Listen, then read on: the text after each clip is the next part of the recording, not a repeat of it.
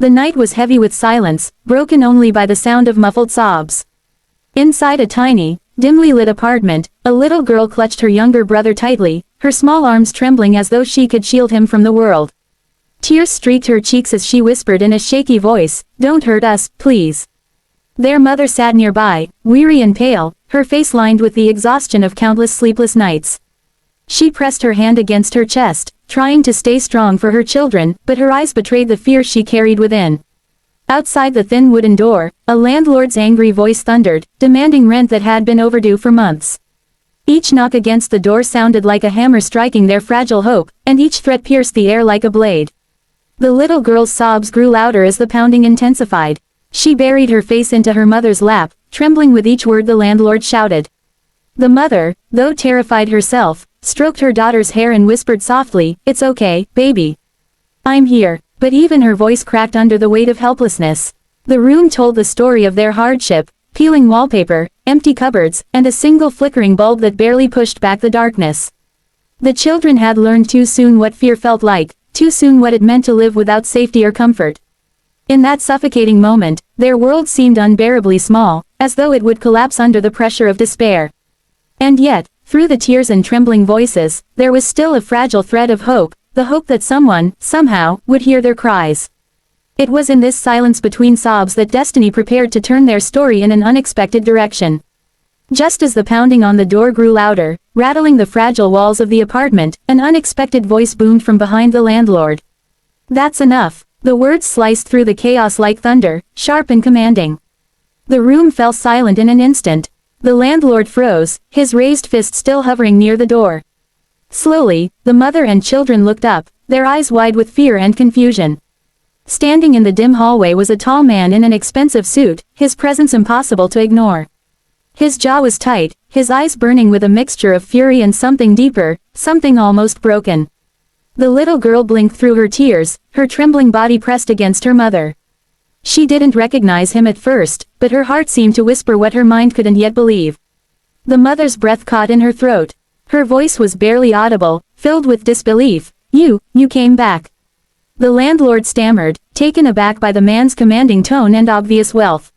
He quickly lowered his voice, trying to defend himself, but the stranger's glare silenced him. "You've done enough damage," the man said, his voice sharp, cold, and final. The little girl's sobs quieted. She peeked from behind her mother's arm, studying the stranger with wide, tearful eyes. His gaze shifted, softening as it fell upon her, the daughter he had left behind years ago. In that single, trembling glance, the truth became undeniable. The millionaire standing in the doorway was not just any stranger. He was her father. For a moment, time stood still. The pounding on the door, the threats, the fear, it all melted away, replaced by a silence so heavy that even the flickering bulb seemed to pause. Destiny had just walked through their door. The man in the suit slowly stepped into the room, his polished shoes clicking against the worn wooden floor. He had walked into countless boardrooms, commanding respect with every word, but here, in this cramped apartment, he felt powerless. His eyes swept across the room, the peeling wallpaper, the half-empty shelves, the faint smell of stale bread, and finally landed on the trembling little girl hiding behind her mother. For a moment, he couldn't breathe. This was his daughter. Her big brown eyes, filled with fear, looked at him as if he were both a stranger and a ghost from the past. He saw the wet streaks of tears on her cheeks and the way her tiny hand clutched her brother's shirt, desperate for safety. The sight pierced him deeper than any wound money could heal. He knelt down, lowering himself until he was eye level with her. His hands, once steady in signing $1 million contracts, now shook as he reached out. The little girl flinched, pulling back instinctively. That small recoil hit him harder than any rejection he had ever known. It was the silent consequence of his absence, his years of chasing wealth while his family suffered alone. His throat tightened, memories flooded back. Her first cry in the hospital, the way she used to reach for him as a baby, the promises he once made but never kept.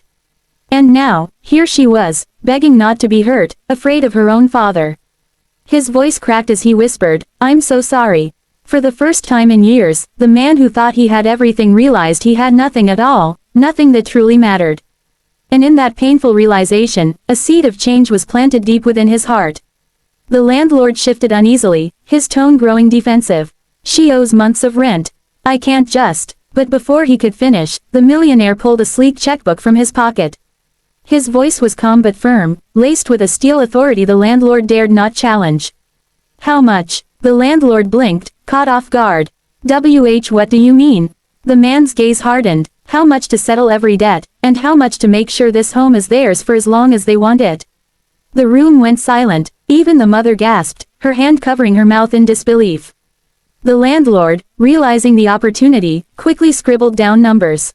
Without hesitation, the man wrote a check, tore it out, and pressed it into the landlord's hand.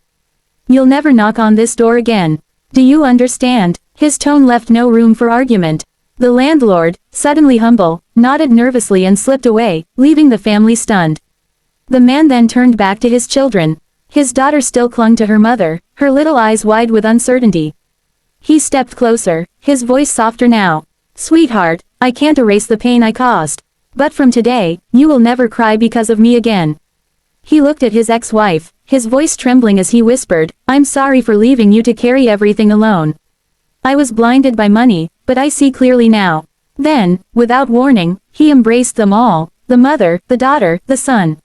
His suit crumpled, his expensive watch pressed awkwardly against their tiny shoulders, but for the first time, he didn't care about appearances.